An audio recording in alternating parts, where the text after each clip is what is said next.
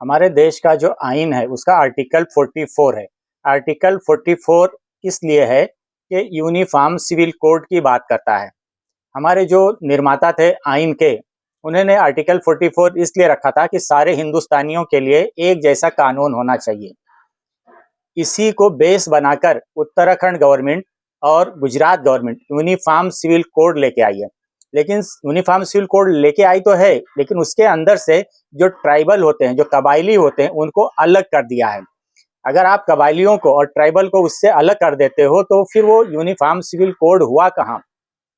और law commission जो है 21वीं लॉ कमीशन, 22वीं लॉ कमीशन, दो कमीशनों ने इस बात की सिफारिश किया था कि हिंदुस्तान में यूनिफॉर्म सिविल कोड लाना जरूरी नहीं है और ना ही इसकी कोई जरूरत है।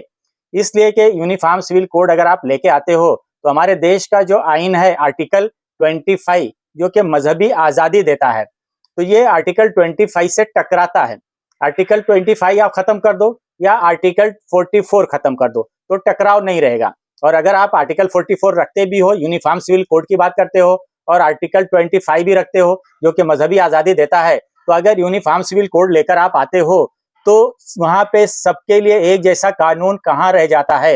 इसलिए कि यूनिफॉर्म सिविल कोड अगर आप लेके आते हो तो वहां पे सबके पूजा पाठ का एक ही तरीका होना चाहिए, शादी ब्याह का एक ही तरीका होना चाहिए, तलाक का तरीका एक होना चाहिए, वरासत प्रॉपर्टी के बंटवारे का तरीका एक ही होना चाहिए। तो ये एक है कहाँ।